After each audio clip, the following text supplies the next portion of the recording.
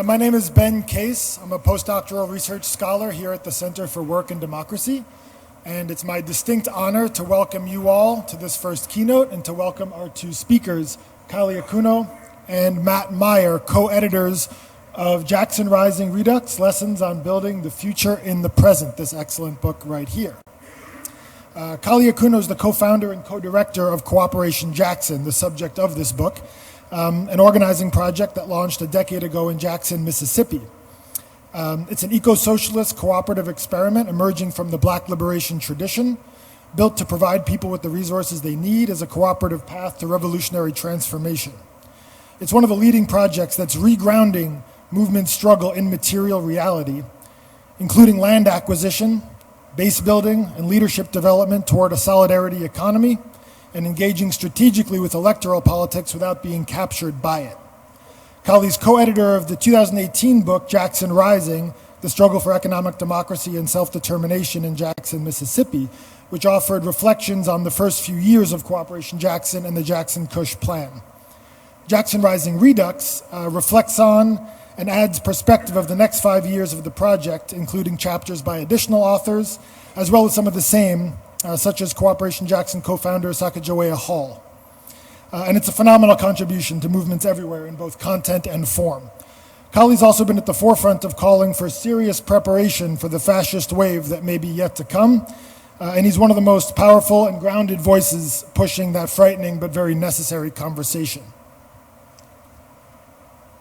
Meyer is an organizer and intellectual with a long and distinguished history in anti-imperialist struggles and white anti-racist scholarship and action in Black and Puerto Rican liberation movements in particular. Matt is Secretary General of the International Peace Research Association and co-chair of the Fellowship of Reconciliation, the oldest interfaith peace and justice group in the U.S. He's also the former national chair of War Resisters League, and to my knowledge, before Matt, the only other person to be elected to lead both War Resisters League and Fellowship of Reconciliation was A.J. Must.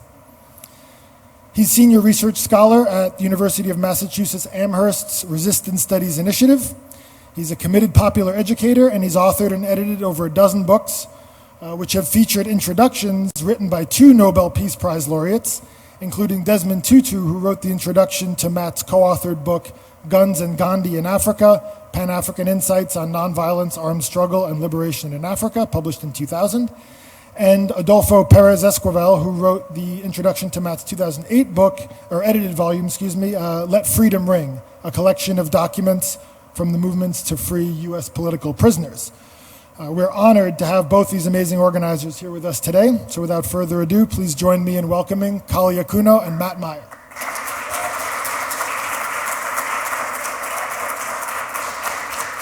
So, Ben, that was very sweet, and thank you. And it has one thing I realize, it's also a mistake in the paper. I'm also former National Chair of Fellowship of Reconciliation. I'm trying to, as I get older, get less titles, not more. But yes, the thing about A.J. Muste, of course, he was this major religious leader, but of course before that he was a major labor leader.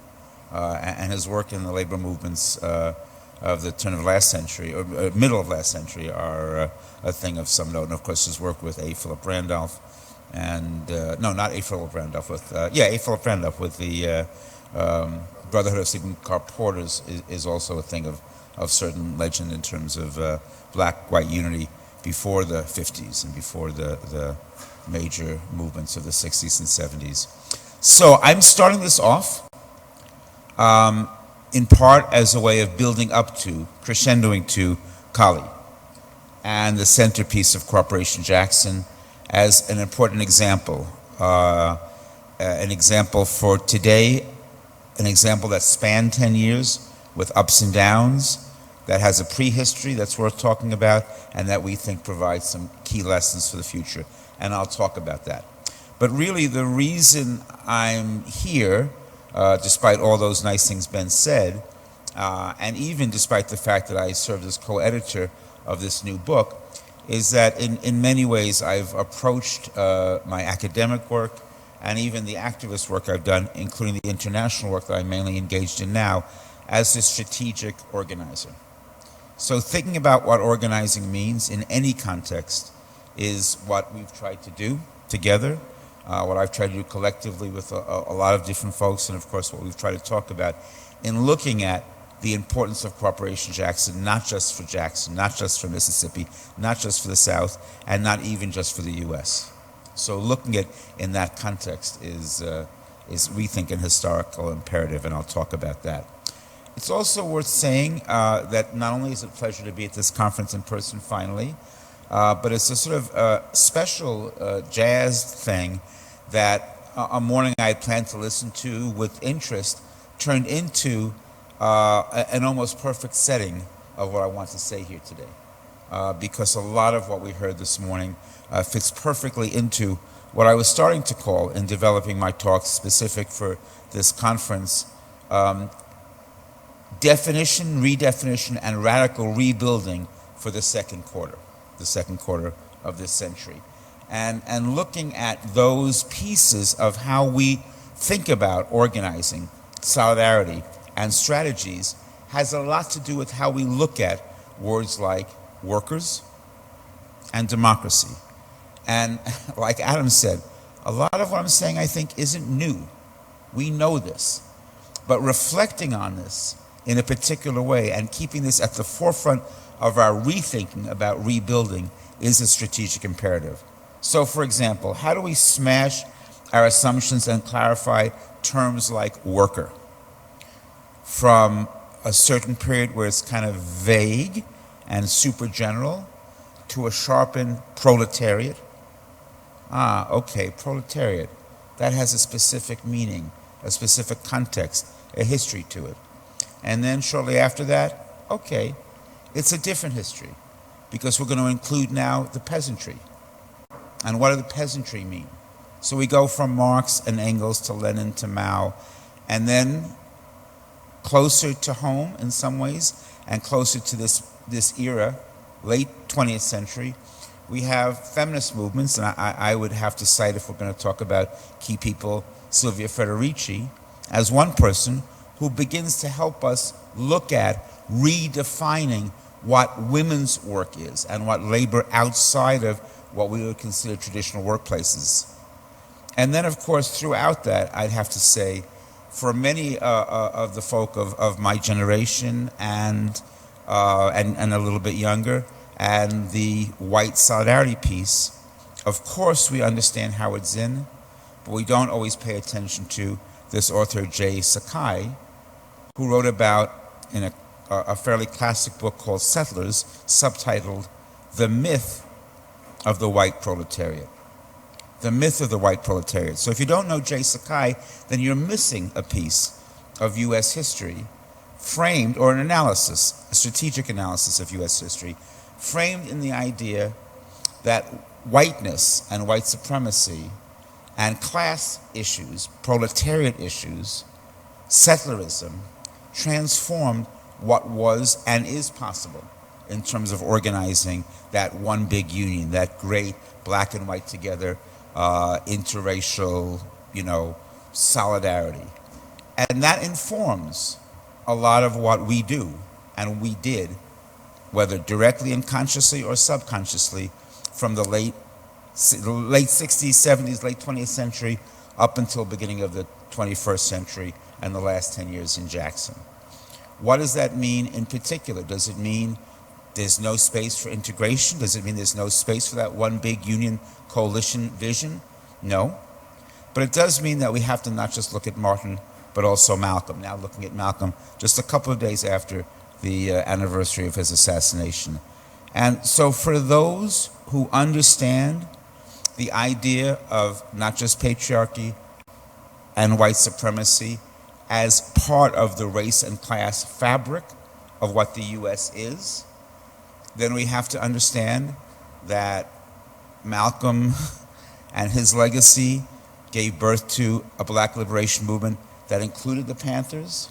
And so again, Adam, and from the Panthers to Rojava, a breathtaking arc that I was thrilled to have brought here.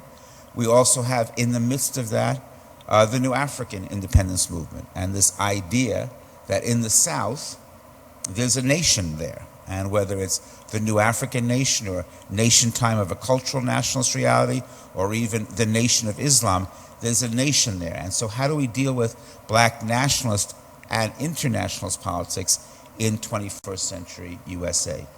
And how do we deal with it as non-African peoples? How do we deal with it as white solidarity activists? The good and bad news is that there's no one answer to that question.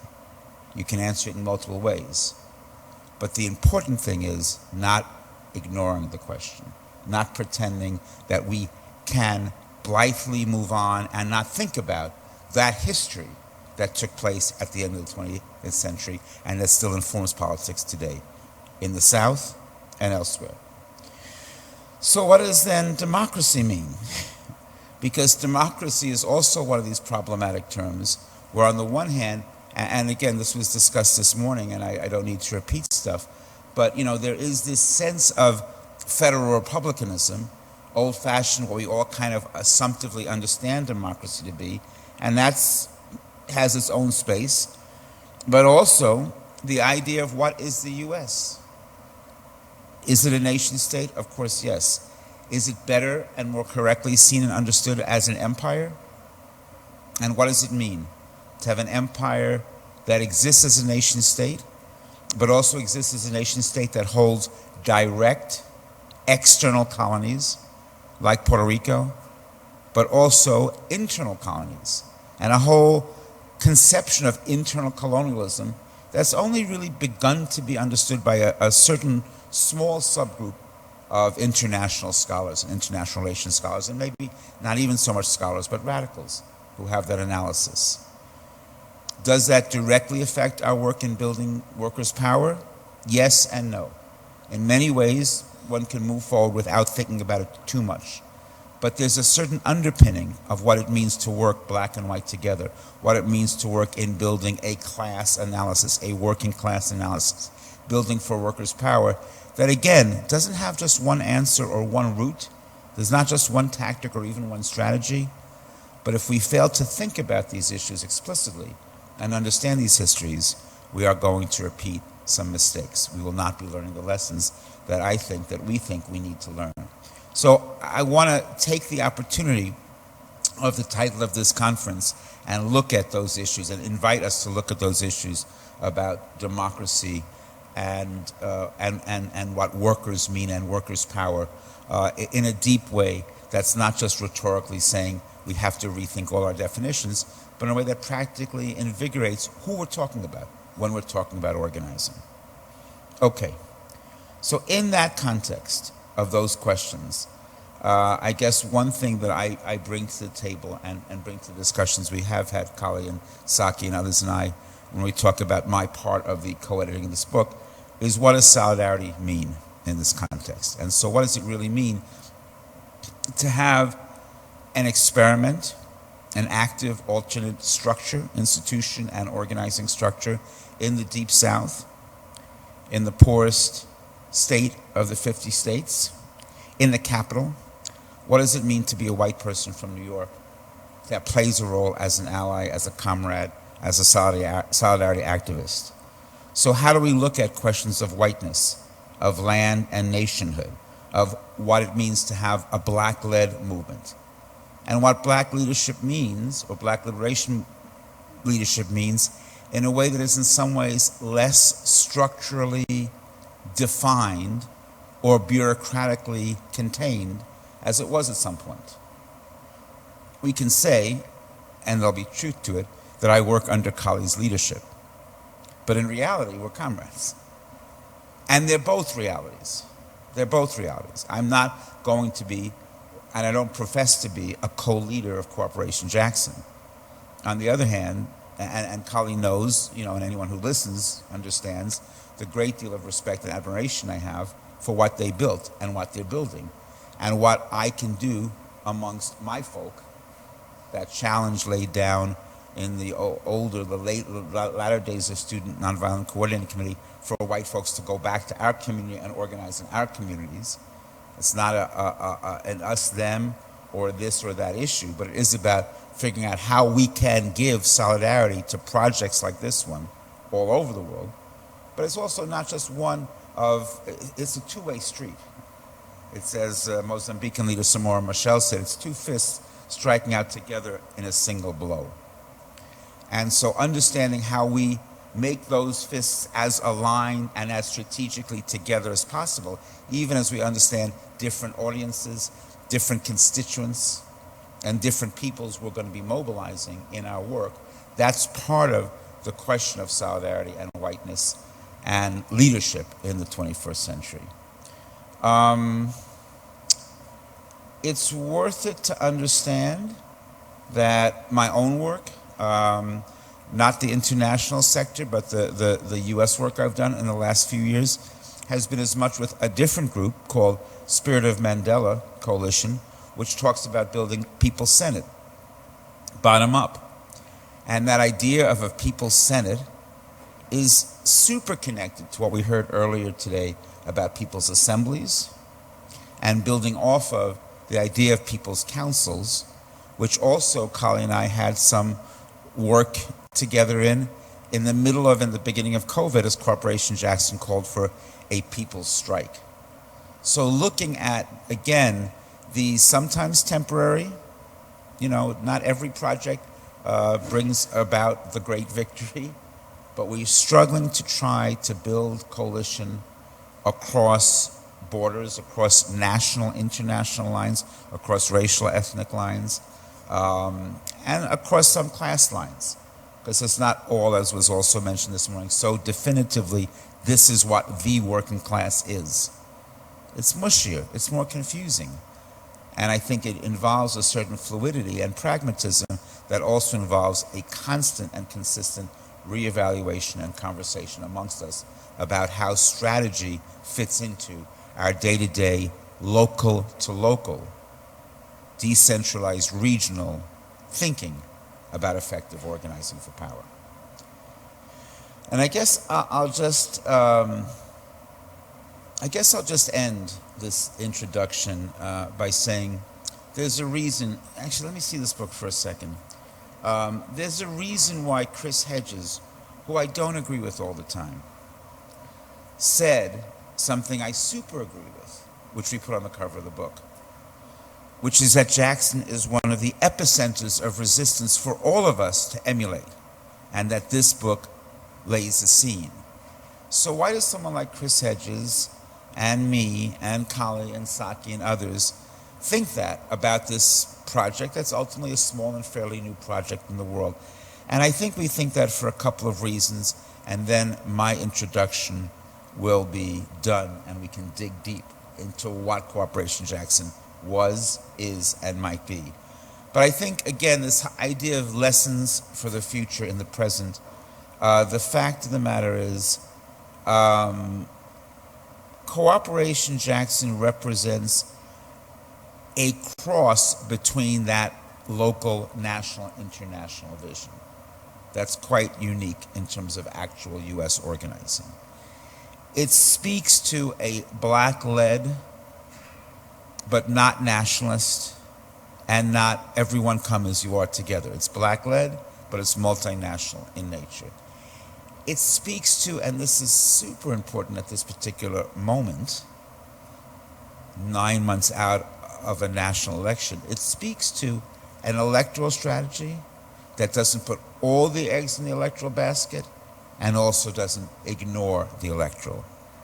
And the idea of this person, Chokwe Lumumba Sr., who spent most of his life as a movement lawyer in the North, defending political prisoners from the Black Liberation Movement, the radical ends of the Black Liberation Movement, to then say we can build a base and possibly win the mayor's office and then do it, with Kali as one of the key strategists and architects of that successful electoral campaign, but also to understand profoundly, maybe more profoundly than almost anyone else in the USA at this moment, the limits of that electoral work.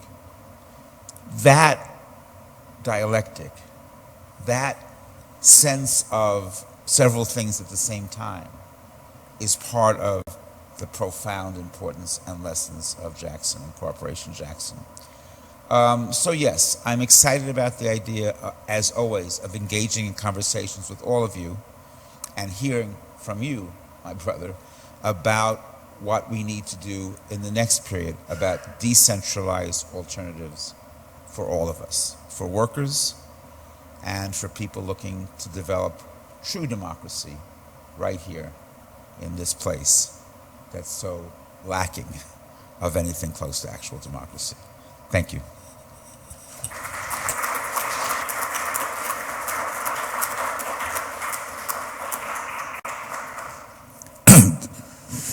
Well, thanks, Matt.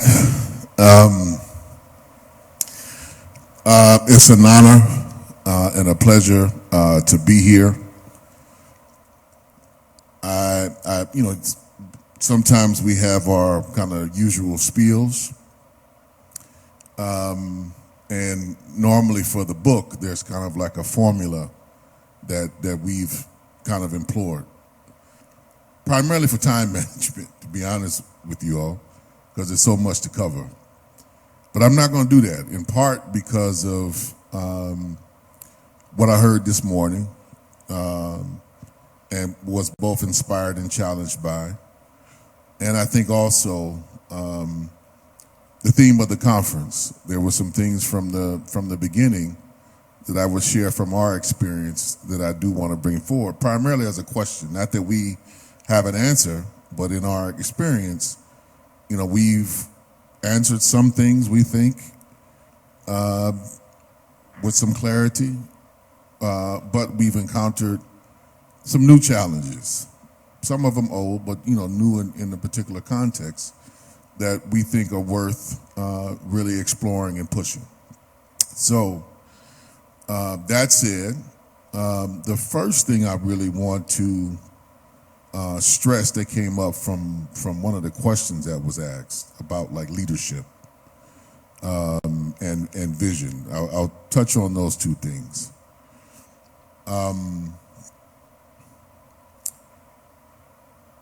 It is hard to understand our project without understanding the richness of the history that Matt laid out, and that he just touched on it.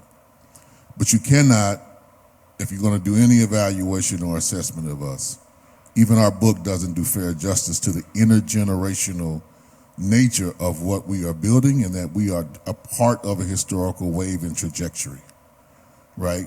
A lot of which was laid long before I was born. And you got to understand it and give credit to where credit is due. And so while it's correct in whoever, I didn't catch the name, but someone asserted about the role of the Malcolm X grassroots movement and the New African Peoples Organization. Absolutely correct. We would not be here without that foundation. We would also not be here without understanding the African People's Party, which was an earlier effort that the New African People kind of emerged, or a section of it merged into the New African People's Organization, also the Republic of New Africa, and before that, the Revolutionary Action Movement, which in part gave birth to many forms of the Black Panther Party, not just the Black Panther Party for self-defense, and then there are other things that precede that. And I bring that home because in one of the critical foundations I want everybody to understand that laid the programmatic basis for like the Jackson-Kush plan was W.E.B. Du Bois's classic Black Reconstruction in America. Like our program and analysis, a good portion of it comes from that work. Now try to be adapted to our situation a la, the early 21st century. But that is a cornerstone. But there are other things drawn from our international experience that we also studied very heavily, right? And we're very indebted in how different peoples were experimenting in real time, in Chiapas. That was a major influence on us. Not that we agreed with all of the directions or outcomes or et cetera, but in terms of many of us having the opportunity to go down to Chiapas at various points in time since 1994, and I was fortunate enough to actually go in 1994 for the first time, and I didn't quite understand at the time, given the tradition that I came up, like what, you're not trying to take state power? You're not, what are y'all, but you started struggling against the state? What are you doing? Like, but then looking at it in practice in terms of, I was just shocked and amazed by the level of political mobilization, political education of the people in a way I hadn't seen since I was a young child. So it was clearly like they're doing something right, something that we're not doing in the United States that I want to borrow from and steal from, as much as possible and bring home. And if, tried my best and others along that trajectory. But there's also other experiments which have been going on in Venezuela, in Brazil. So we've tried to take a lot of things like, if you look at some aspects of our program, the piece about human rights budgeting or participatory budgeting, we learned that from Brazil. Not that there weren't earlier iterations of it in different communities, even here in the United States with different names, but the particular way in which that was done on a municipal level, we were looking at that from the early struggles of what the Workers' Party was doing in the 1990s and say, okay, we should try that in our context, right? So that's when Matt's talks about the internationalist perspective. That's dead on for us, and all the different things we've tried to apply, in our own context. And for me in particular, I'm gonna have to invoke Amilcar Cabral here in terms of how you bring certain things home. And there's a classic story, if you ever want to read it, in Unity and Struggle, about when they first started some elements of the struggle against the Portuguese. They send folks to China to get trained, and they try to train them in the mountains. Well, the problem was there ain't no mountains in Guinea-Bissau, right? So it's like, wait, y'all didn't actually come back with what we need, but what it translated into was then say, okay, we gave you some skills, or you acquired some skills, but we have to recognize that the people are our mountains, right? That was the piece that they came back in terms of how we now apply this into our context. So all that's to say, we draw very heavily on a very eclectic set of experiences and practices. And, that was really, I would say, born within the period of time in the early 2000s within the Malcolm X grassroots movement, after September 11th, recognizing that many of the kind of strategies and language that we had employed from the 20th century and the 19th century around how we were going to accomplish our goals in light of what the United States empire was going to impose upon people, that we had to kind of try and make some adjustments. And this is one of the adjustments that we tried to make. But it's very much grounded upon, not negating what came in the past, but building on what came in the past, but also trying to accomplish some very particular ends and objectives. And so one, it's not by coincidence that Cooperation Jackson launched on May 1st, 2014. Like, we did that on purpose. We could have done it, things in around any other point in time in the year, but we specifically wanted to organize around May Day and launch on that day to make a specific point around, we are focusing on building cooperatives within our particular context, and the context there being the real unemployment in Jackson, Mississippi is around 50%. We exist in a right-to-work state, Taft-Hartley regime, and while there are organized forces, they are very weak in our context. Now, they're weak in general compared to what they were 30, 40, 50 years ago, but particularly weak in our area. But we don't necessarily see that as a weakness, but there's a I'm gonna steal from, Comrade, may rest in peace, Tim Skimmerhorn, who used to say, cooperatives are one of the instruments, one of the tools in the toolkits of the working class. And that is how we always viewed it, and we wanted to make a clear kind of association, both internally but also to other folks in our community. Our efforts are to try to unite the working class in our community. And we've always had from the beginning what we call a union co-op strategy of trying to bridge and reunite these two tools within the toolkit. Because we've always been very clear, at least in our context, first and foremost, co-ops can kind of fill certain gaps, right? But because they're so dependent upon being capitalized in order to grow in different ways, they have limitations, no matter how you strike it. And we've been always trying to say to particularly certain forces in the labor union movement, you guys have a store of capital that you've been saving up in various funds, investment funds, retirement funds. You can capitalize your own efforts of the working class in a various different ways, but it calls for some strategic rethink in many respects. But we can fund ourselves to be able to take on this beast within limits. That's not going to be the only way it's going to have to happen, because I still maintain at some point we're going to have to expropriate from the expropriators, point blank, period.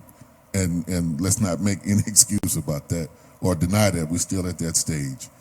But as a way to us building power, to be able to take on capital head on, that's going to take some internal development, and this is just one way of doing that development. It's not the only way, as Matt said, but in our effort, we thought this was the best way, both given the unemployment rate and what that means, and then also the kind of historic weaknesses of the trade union movement within Jackson. So it was a very deliberate effort to bring these two pieces together. Now, it struggled. You know, we have a lot more resonance in our with the rank and file members of all the trade union forces in our area than with the elected leadership or the union reps, and that's not by coincidence, but because we understand this is a long-term piece. It's a long-term struggle. It's a part of, you know, kind of convincing folks and moving folks, and we got to do a level of proof of concept in practice to be able to get certain folks to believe that this is viable. We're in it for the long haul, even when certain doors get slammed in our face or certain initiative stalls. It's like we need each other, so this is a temporary setback, but we're going to come back knocking on the door, right? Because fundamentally, we don't have a choice. We need each other. So at some point, we hope that you come around, and until that point happens, we're going to keep doing our thing, right? And keep opening the door, keep extending the invite, so folks, you know, eventually may step into it and we employ a more transformative program. And to that end, you know, last May Day, you know, we put out a piece that I'm not going to go over right now, but I would encourage you all. It's a short piece, and it's something we're going to continue to work on. But we wanted to clarify this part of this vision and program, and we're trying to outline some ideas around, with particularly this is something more for the cooperative movement, which has grown in some particular ways, at least in a number of folks throughout the United States who are trying it and adopting it and taking on. But there are some ways in which how co-ops are developed, which we have to be honest about, actually are against the unity of the working class and how it's pitched. So rather than being in solidarity and promoting solidarity, and what I mean by that in practice is like, if you take more of your standard kind of cooperative one-on-one classes, one of the things they'll tell you, well, co-ops do better in recessions because you can just self-exploit yourself better than workers can, you know, where they don't make those decisions, right? And we're like, no, that's an asinine point to put out, right? Now, it may be true from an operational perspective of how those things have rolled out, that's actually not in solidarity with other workers, right? And so the point is, no, how do we raise the bar? And in each point of kind of recession, how do we then use that as an opportunity to then encourage workers, rather than give in to the boss, y'all should organize this place, turn it into a co-op, right? And make that transition where you can then make democratic choices about your workplace. So it's a different orientation, or at least one that we're trying to promote. And so towards that, we put out a little piece like building class-conscious cooperatives, right? As a piece of something that we want to promote and fight for as a position within this kind of growing cooperative movement, so it doesn't lose its threads both politically and then positionally around how do we take on this beast. So I would encourage you all to read it. It's a work in progress. We're going to keep working on it, looking for refinement, dealing with, we open the argument, we open the feedback. You know, I would encourage you, you know, look at it, read it, and destroy it, and send it back to us, and we'll keep working on improving upon it. Because we have to. Now, the other piece I just want to deal with is this challenge around democracy. There's two of them. One, that personality piece is a real thing. Let's not deny it. Let's not act like it's not. And I'm sitting there recognizing and being honest that I'm one of those kind of, at least in my own context, one of those personality figures. Somebody just told me in Amherst, you're part of the canon now. And I was like, oh, that's a bad thing, at least where I come from. And to try to do a certain level of undoing that, utilizing the platform that's available. But there's another aspect to it that we are kind of engaging and struggling with that we've encountered over the years. And it's this notion of the question that got put out about vision and democracy. There's a tension there, at least the one that we found. And that is, how democratic can a vision be? Right? And how that's played out for us in particular, there's a generation which developed like the Jackson-Kush plan. Most of the folks who work with us now were not part of that generation who developed that plan or those set of ideas. And what we've encountered is that piece, without a level of critical, ongoing kind of education in both, but also lived experience, there are certain assumptions there that the founders of that we carry and we have amongst each other that other folks, I don't know why y'all made that decision, or why'd you do it this way, or X, Y, and Z, and then there comes a point, well, this is just how it's done, and this is what this is for. And it's like, that's not that democratic, actually. Like, things can't be questioned, or they can't be pushed, or they can't. So we found that there's a creative tension that we have about, like, yo, this is, and it comes up in a number of different ways. Inside a practical piece, like, why are you guys acquiring so much land for the CLT with the resources you have rather than paying workers?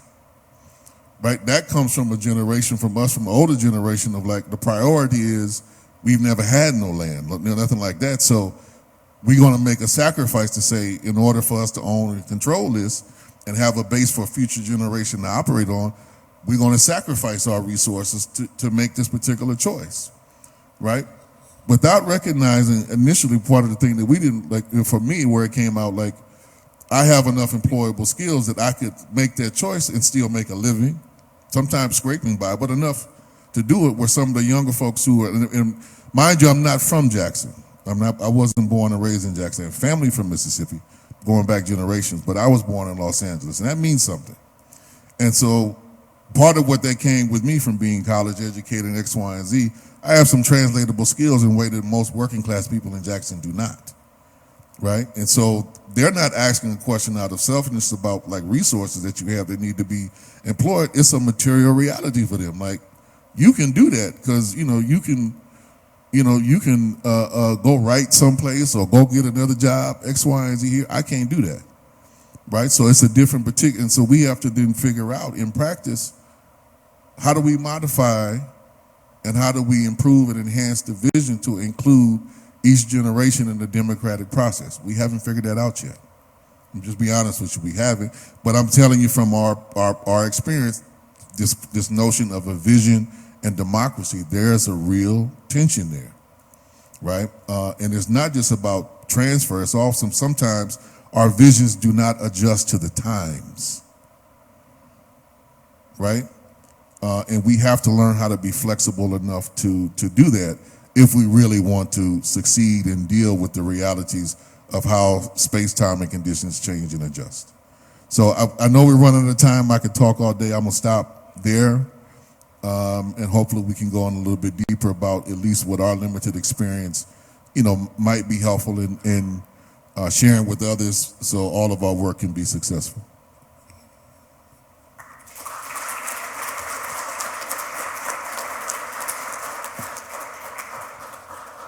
Thank you so much for those remarks. I know I certainly have questions, but I imagine many of you do too. So let's take 2 questions at a time. Does that work for you both? Adam, you want to go? Someone's on the way. Thank you so much for that. That was inspiring.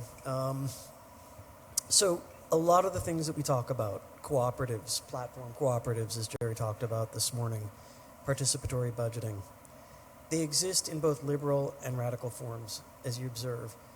In your experience, is there something generalizable, or is there a lesson that other people can use to nudge those processes when they emerge towards the liberatory form and not the form that the Brookings Institution wants to see propagated, which kind of drains it of all of its revolutionary potential? Is there a lesson from Jackson in nudging these processes towards their most liberatory version? Is there anyone else who wants to add a question in this first round? People are still thinking. You want to take that? Yeah. Let me just say one thing before you do. It occurs to me also when you said the generational, intergenerational thing, another piece of it that hangs back from our time, which is not, for Colleen and me, it's not the late 60s and 70s. We're post that. We're sort of this in-between bridge generation. But there's this sense, not just based on our skills and our own interclass status, but this sense that to do the radical work we need to do, it's volunteerist. No one's going to pay us for it. The model is we're just going to slug on through and pick up the scraps. And the idea that people should get paid for organizing work almost felt a little careerist to us. There's some amongst our circles, we don't feel that, like people should get paid for their work, but there is almost a sense amongst some radicals still that to take that path is careerist. And there are definitely careerists, that's a problem, but there's also this sort of stoicism that's not so great. So it is about, it's about this, what does it mean? What does it mean practically in each of our communities and spaces to live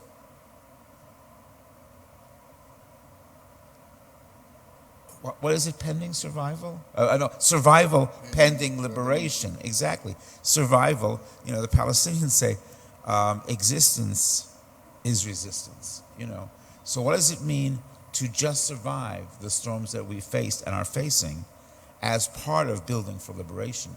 And it's figuring out, it's building case by case basis and community by community and sometimes person for person basis what these intergenerational changes and questions mean.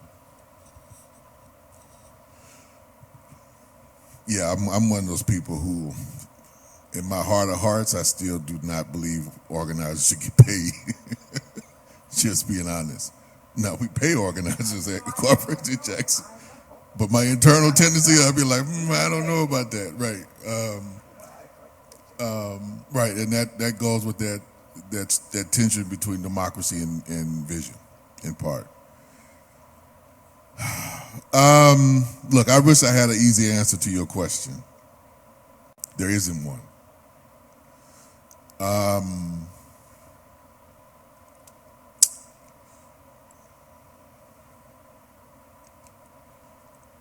Part of to make this tension that I'm trying to surface even more real, like that, what we've found, particularly in the gap between the level of autonomous people's self-governance that we've strived for with the People's Assembly, and then also trying to wield some of the municipal power.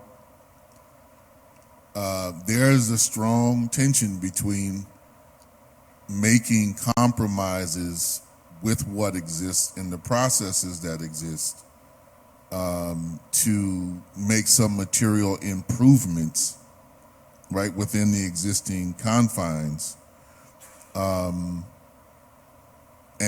just adjusting to reforms. And it is one thing to articulate, which is what many of us, when we first adopted the piece around going into municipal government, many of us held this notion, maybe somewhat naively, that the aim and objective of the left being in office is to heighten the contradictions, not trying to manage the contradictions of capitalism. Now, fundamentally, I still think that's what we should be doing.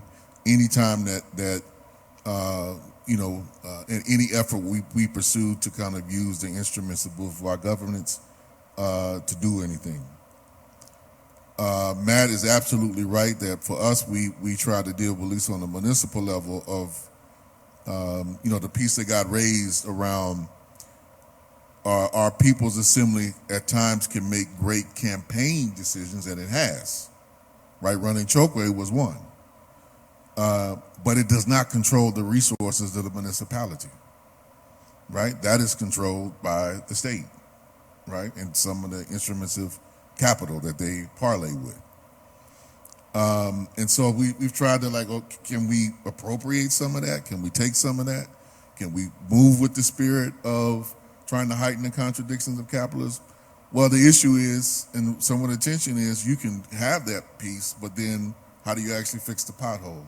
How do you fix the water crisis, right? Because in our case, I don't know if folks know, Jackson has a severe water crisis problem right now. And it's causing the city to shrink. Like, the municipality is actually shrinking. And the reality of the situation is, both in part because Jackson does not have the ability to self-tax. No municipality has that in the state of Mississippi, right? In order for the tax, that has to be approved by the state legislature. So, when you're thinking about the contradictions of the rights argument about states' rights, just remember that particular piece, right? There's no local autonomy, but somebody in their state's rights gets to define our reality.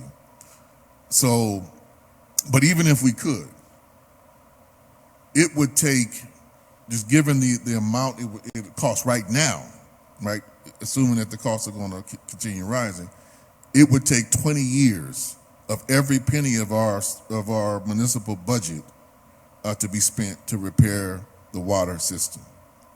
So we are between a rock and a hard place between, we know the state's not going to give us any money to fix the water system. So we got to parlay with the federal government. Okay, well, what are the terms? How do you do that?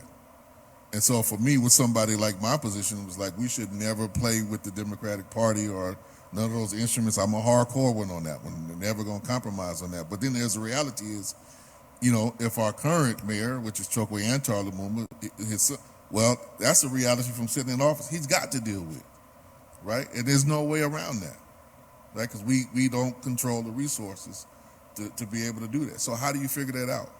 And so for us, there's this creative tension around how do we have to figure out better in our local context, right? Because there's been some splits, there's been some pieces, and we haven't totally figured out how to always work with each other despite our positional differences. That's still something we're trying to grow into. But, I believe my job is, it's my job to push you so that at least the terms of the compromise are as favorable to us as they can be. That's the job of the social movement in this context. That's one of the jobs. The other job is what we're doing. We are trying to build an alternative so that as many people as possible don't have to rely upon that system. So we have a Cooperation Jackson started a water sovereignty project, right? And its limitation is we now have the skill to be able to do that. We've trained enough folks over the last year and a half that we can put a water system up almost anywhere throughout the system. The reality of it is it costs about $10,000 per household to do that. Most houses in Jackson, most families in Jackson cannot afford that. So we're still dependent somewhere, beg, borrow, steal. If that's what we want to do, we're going to have to figure that out.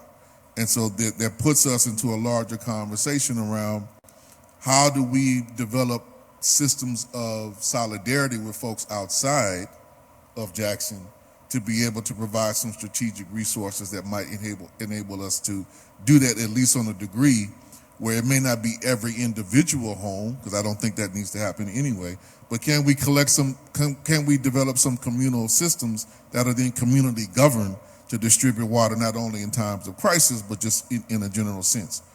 The verdict is out on that. That's where we're headed to kind of test this, kind of this theory. But, there is no easy answer to this. And if it was, somebody else would have did it already.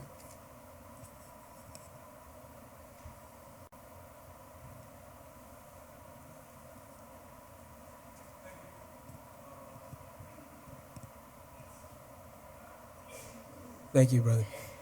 I actually sitting here and listening, and Kali, you sort of a line that hits me in the head. You said that the people are mountains, and mountains are sometimes hard to move. And it struck me because right now in New York, by the way, my name is Shay Wall, 1199. I'm here with the group, the Cooperative Economic Alliance in New York City. And we're launching a campaign to engage members in the idea of worker cooperatives, unionized worker cooperatives, teaming, and we'll talk a little bit about this later on, but teaming the largest housing cooperative called Co-op City in the Bronx with the largest home care agency in the United States called CHCA, Cooperative Home Care. And I was wondering if you could help us sort of tactically and strategically think out certain things that you did when you were getting to start up Cooperative Jackson. What are some ideas that you used to move and engage the peoples in Jackson that we want to do and that we could duplicate in New York City? How do we move that mountain? Zoe, do you have a question also? Sure, I think my question sort of complements Shaywell's. I'm just curious to hear a little bit more about what are the sort of entry points for engaging folks in the movement, right? And what are the ways that they're getting involved? What are the ways that participation gets sustained, or what are the challenges with sustaining participation? So, building on that question. Y'all got a tough one in New York. I have no envy for some of the challenges y'all have. Look, Mississippi and the conditions in Mississippi do a lot of organizing for us. I don't have to convince most of my folks that, white supremacy is a problem. Like, that is a live part of their daily experience. The challenge I have is inspiring people enough that our ideas can do something to change their conditions. But it's different. It's a different set of conditions. I come from LA. I did organizing there, and oftentimes we'd be trying to convince people that there's a problem, right? So I'm starting at a different point. Mississippi, I started at a much easier point. I'm gonna just acknowledge that. But trying to think creatively from our experience, the cost of living and the impact of collective action on that in New York is where I would start. Because that is something that everybody feels, like concretely. And the piece there, y'all have the largest co-op in the country. Most people don't know that, but the healthcare workers, that is actually the largest workers co-op in the country by far, right? And I think this is just, from the outside and what limited I know, the piece that, to me, since the pandemic, and say, well, we've worked a little bit, the People Strike with some stuff together, and but the piece there that I don't think has really been touched on enough in general was our having a particular analysis and framework about inflation, and particularly a clear narrative that is unshakable, and really trying to explain to folks, you are experiencing this, particularly in this context, because the situation gave us a few more rights, a few more opportunities where capital needed us in particular ways. And so we bent it some ways. This is capital's revenge. We just gonna price y'all back into submission. But have we provided analysis on, like, if we organized and did things collectively, this is how we can control and have bargaining in order to determine prices. So there's an element of like a consumer co-op logic that I think that could be employed, but then it has to be tied to like very material things like housing, like childcare, like, healthcare and the rising healthcare, that I think y'all have an aggregate concentration of people who are both unionized and engaged in some of them struggles in New York that, man, I would dream of having in Jackson. We're just not that dense, and y'all got more people in half of a block than we got in part of the whole city, right? It's only 170,000 people in Jackson, just so folks are clear. So that's, I could say more, but that's one way that I would like try to come at it from just my experience of just trying to think what do the vast majority of people I want to relate to, what do they all have in common, right? That they feel that that's an urgency that's going to move them, and they will be moved, with a little bit of nudging, a little bit of education, they'll be moved to deal with, but they have an emotional attachment to, right, in the here and now, that you can kind of tug those strings, right? That's where I would suggest kind of a start. Let me piggyback, not a comment, but a question for you, because it seems to me that that's essentially where the question of pragmatism and locality come together. So yes, there are things that come in a New York setting that are more complicated, and then human resources that are more available. So fit in what you can do pragmatically, and that's why pragmatism has a role in this moment. So it's really a question, but yeah, it does. But what you forcing me to have a larger conversation or larger piece. I'm gonna go back to the intergenerational piece and something that I think has been helpful for us to just make clear and transparent. And some of the conversation for some of the students at I was just at Amherst a couple of days ago, and one of them said, the way you laid out your historical piece is like, how they phrase it, like, y'all are positioned as if you are at war. And I said, yeah, we are at war. I mean, that's how we view it. Like, be very clear that the forces on the other side of the equation, and they are, the beauty, some people might find it terrifying, but I live in Mississippi, so I have to adapt to Mississippi conditions. And so, I go to ranges fairly often. And when I'm there, all the good old boys are typically there. And we've had some open conversations about when certain stuff go down, this is how they're going to attack Jackson.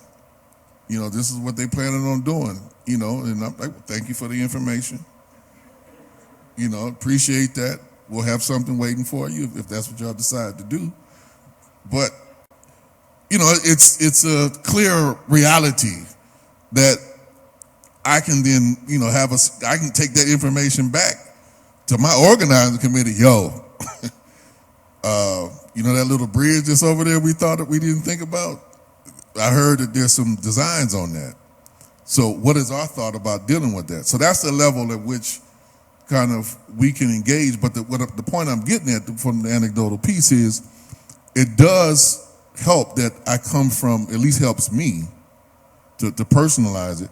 It helps me that the ancestors and the elders who trained me, who raised me, who nurtured me, left me that kind of clarity and that narrative. And the piece that I think sometimes is lacking in our overall piece in the left right now is we have a lot of theory about pragmatism, but there's very little theory that we are confident about the end goal, right? And where we want to go. And even though, Occupy, led to a broader conversation about inequality and raised some elements of the question of socialism, put that back on the common, or at least made it popular to talk about to a degree in the United States, we're not having a real conversation about, well, what does that mean, particularly in light of some of the 20th century's experiences, right? And I always say, look, the phrase I grew up on that I parrot, like, I wouldn't want to live in the Soviet Union, but I was glad that it existed, from at least from a black perspective, because most of Africa wouldn't have got free to the degree it is free if that wasn't there, right? And supplied it with resources, arms, etc. all of its failings shouldn't be looked at. And this is about all our movements. The failings shouldn't be looked at as like, well, we can't do this. We got to fail better. Each iteration should try to improve upon the last one and learn and digest all the particular mistakes. So it's like one of the things we often say in Cooperation Jackson, like, okay, if the objective is to say conquer the state, then Lenin is probably your best person to study. If your objective is to transform social relationships, that's not what you want to look at, right? Because it's void of certain critical aspects of democracy. So what are you trying to accomplish? What are you trying to do? That's a particular piece that I think that we have to have a deeper set of conversations about, and it's urgent that we do it, because the right is doing that. I don't know if who was at was that the Heritage Foundation they just put out I'm reading it right now, I'm forgetting, but there's a nice, pretty diabolical plan that aligned with Trump about what the future would look like should he get arrested. It's about like 700 pages, and the shit it's nice, right? It's pretty. I have no agreement with any of it, but I'm sitting there reading it like, oh, okay, y'all thought that one through. And you know what you want, how you're going to target it, and what you're going to do. We don't have nothing comparable like on the left like that right now. At least nothing that we would agree upon in a broad sense. Let me put it that way, right? And part of what we have to, I think, going to your question about like engagement, I haven't forgot about it. Let me back up from where I was going and come back. We are trying to figure out what we were doing in pre-COVID and what we're doing now is not giving us the same outcomes and results. So the engagement is down. And for us, it's critical because our model is premised upon like a lot of direct engagement, face-to-face engagement, community engagement, and it has to be in our context. Jackson has an inverted bell curve, so folks understand. There's a lot of young people and there's a lot of people over the age of 55, and so there's a big gap of folks between like 20 and 55.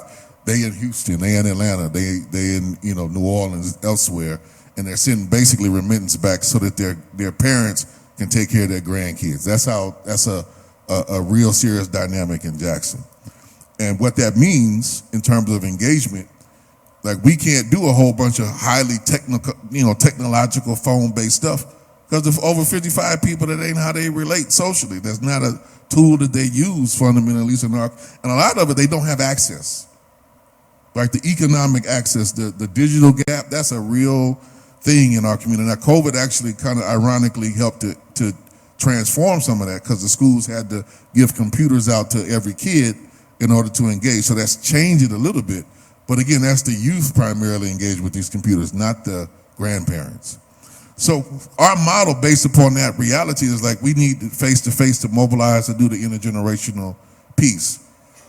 But most of my staff, which is like under 30, they live in that digital world. So, it's like, all right, we got to figure out how to get back to the strength of this community, which is tapping into that intergenerational kind of component. But then the other piece is just also knowing the culture and knowing the dynamic. The principal thing, we try to engage everybody. But for something serious to really move, I got to organize grandma. Point blank. All the rest of it sounds great, sounds good. But if I really wanted to change, I better organize grandma because she'll get everybody else organized. Right? And just know that very clearly. Like we've learned that very concretely in Jackson over a long period of time. Like that's who you got to convince. All the other stuff is kind of, we make it a distinction. Like what the young folks do is activism. The grandmothers organize. And so if you want a sustained campaign, you better win them over. Right? That's a reality, for us in our environment. Like just knowing what the cultural anchors are, what skills come with that. All those different things, are a critical piece.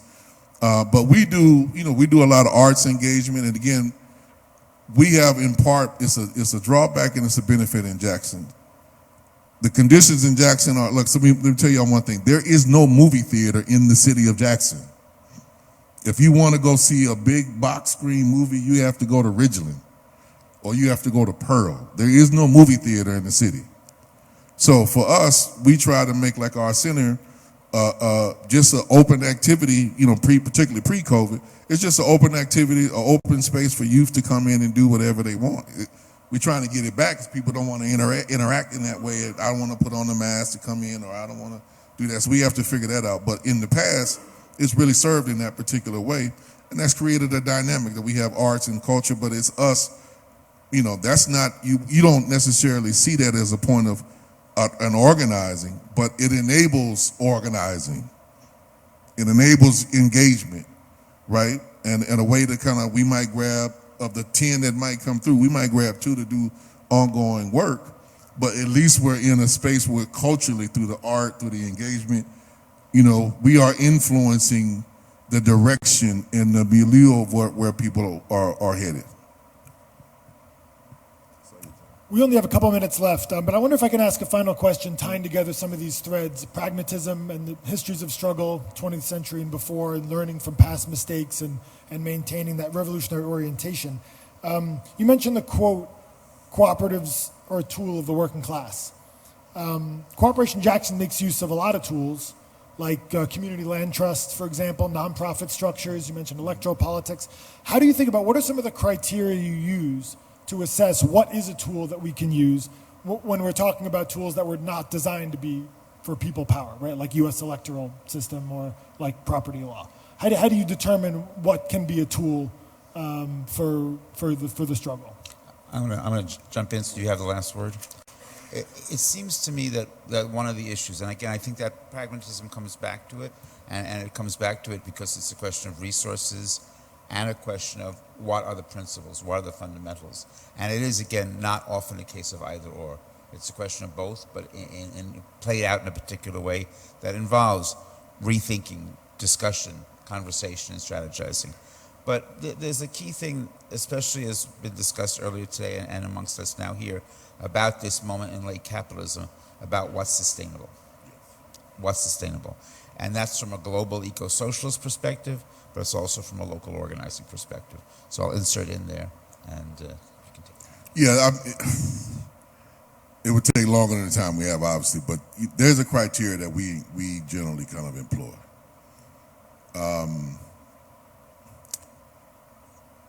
How does this move the agenda? That's, if I was to summarize it, if I'm going to take this tactical step, how does this move the agenda? And then we try to do we have the energy and capacity to sustain this? Like, as if it's just going to rely upon us and our core? Is this something that we can kind of initiate and the movement and the community take on, right? Like, those are those things. So, we see ourselves in line with earlier the question, to go back and kind of answer, because they're kind of linked, this about the role of like the party elements or the organized elements.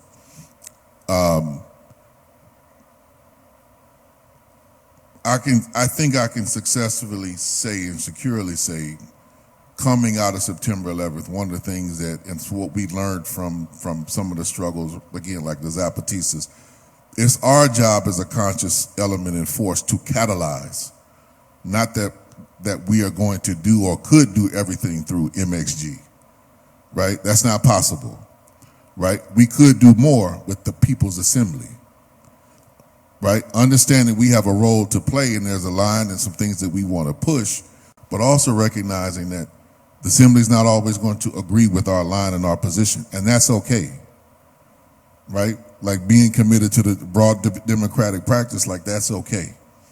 And to a certain extent, that's healthy.